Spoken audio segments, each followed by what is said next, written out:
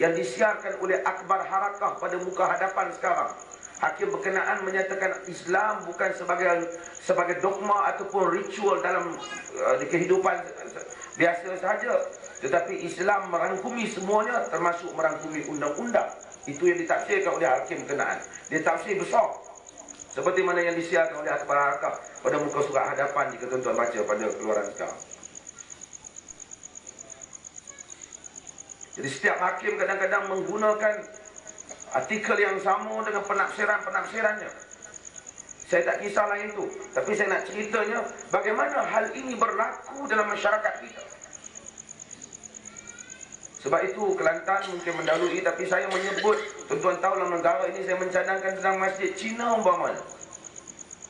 Kerana sebahagian yang murtad itu adalah disebabkan kerana mereka masuk ke dalam Islam kadang-kadang melalui perkahwinan. Kahwin dengan orang Islam.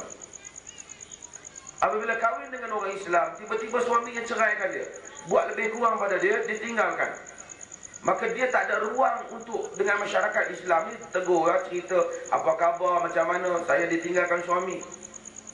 Nak mengadu kepada masyarakat Melayu, kadang-kadang kurang ambil berat. Yang tinggal keluarga asalnya, duit tak ada, siapa tak nak ambil berat, dia perempuan, tak ada sumber nak bergantung, dia kadang-kadang tak ada pilihan, dia terpaksa kembali pada agama asal. Memang balik pada agama asal itu kesalahan, tetapi innamal mu'minuna ikhwah, orang mukmin itu bersaudara. Kita disuruh membantu antara satu sama lain. Al-Muslim akhul Muslim, orang Islam saudara orang Islam, disuruh membantu antara satu sama lain. Kita biarkan akhirnya tuan-tuan, yang murtad itu sebenarnya kebanyakannya yang telah masuk Islam, kemudian dapati tak ada orang tolong dia, tak ada apa, dia kembali kepada agama asal. Ini suatu bencana yang berlaku. Maka dakwah yang kita sebut ini, di samping kita berterima kasih kepada semua organisasi yang berdakwah, kita juga mesti bertanya sejauh mana kesannya.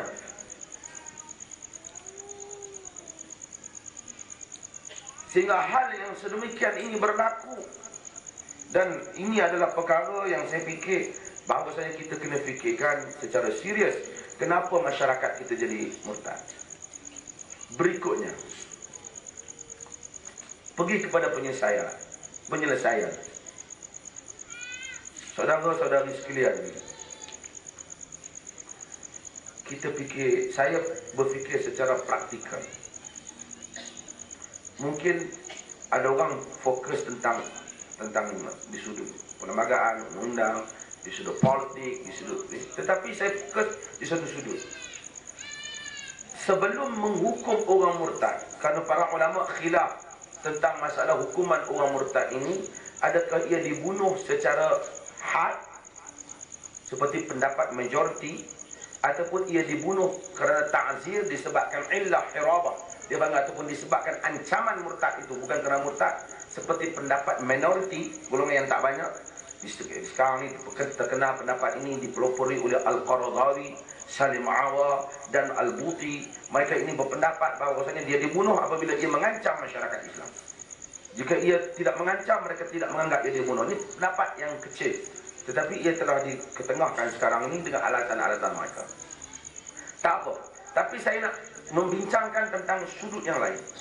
Semua para fuqaha ataupun para sarjana fiqh, ulama-ulama fiqh, apabila mereka memperkatakan tentang hukuman orang murtad, mereka menyatakan tentang satu bab yang dinamakan al-istitab, iaitu diminta bertaubat kepada orang yang murtad. Bagaimana nak diminta bertaubat kepada orang yang murtad? Iaitu orang yang murtad itu akan dipanggil, akan ditahan, akan diterangkan apa yang tidak jelas kepadanya mengenai agama. Saya ingin memperkatakan satu hal. Pada zaman ini benda yang tak jelas mengenai agama sangat banyak. Berbagai-bagai perkara, media, elektronik, internet, sumber itu, anti hadis, berbagai lagi yang muncul, menjadikan ramai manusia keliru tentang agama.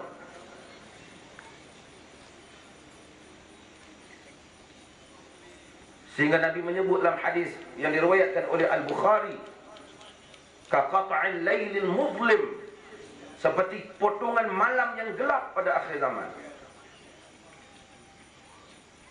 Maka oleh kerana itu, dalam kegelapan ini, ramai orang telah tersasul dan tersalah faham banyak perkara berhubung dengan Islam.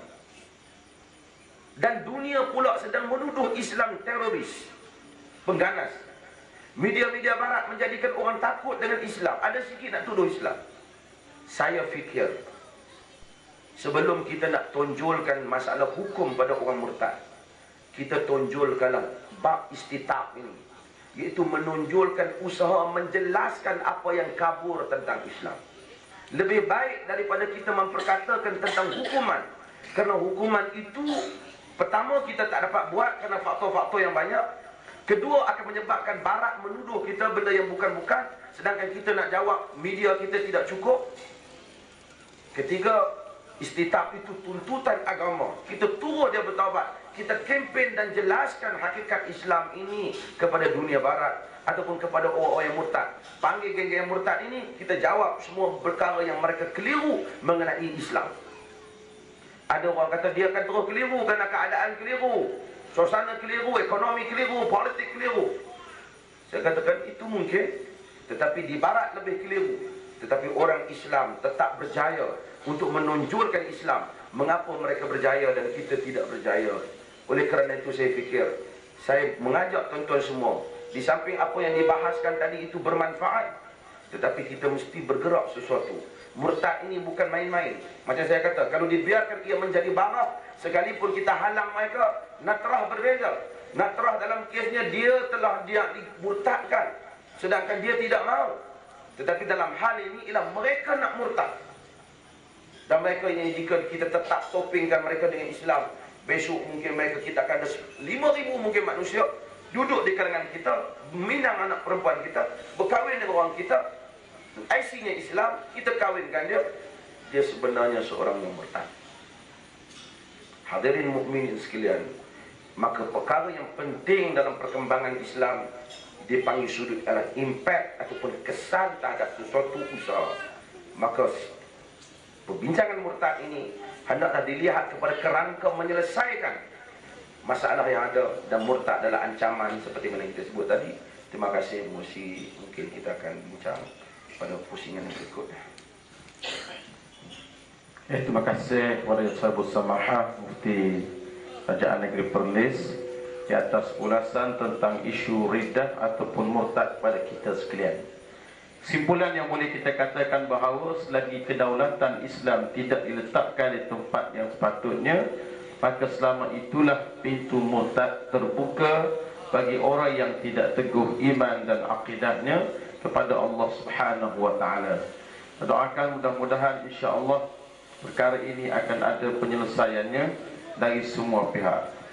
Muslimin dan muslimat rahimakumullah yang dikasihi sekalian, saya rasa di bawah sana mungkin ada para hadirin yang bersemangat untuk mengemukakan 1-2 soalan kepada ahli panel, dan saya nak buka ruanglah kepada ahli para hadirin sekalian untuk berkongsi maklumat, mengemukakan soalan, memohon penjelasan daripada sekalian ahli panel yang diundang pada malam ini sebelum kita masuk pada pusingan yang kedua.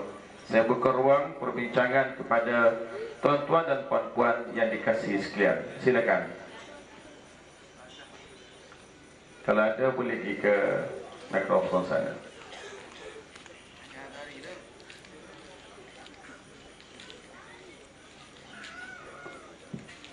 A'udzubillahi minasyaitonirrajim. Bismillahirrahmanirrahim. Assalamualaikum warahmatullahi wabarakatuh. Saya Ahmad Syihan bin Ismail dari Mahat Syamsul Ma'arif. Ingin bertanyakan satu soalan kepada ahli panel berkaitan dengan isu akidah umat Islam. Saya dapati dalam media massa, kenapa lebih mengutamakan berkaitan dengan isu-isu amalan bid'ah berbanding memperkasakan isu akidah, memperkasakan akidah umat Islam. Dan saya melihat, adakah ini kesalahan yang ditonjolkan oleh, adakah ini media massa yang ingin mendahului perkara-perkara bid'ah, ataupun di kalangan sebahagian ahli dalam agama yang terlalu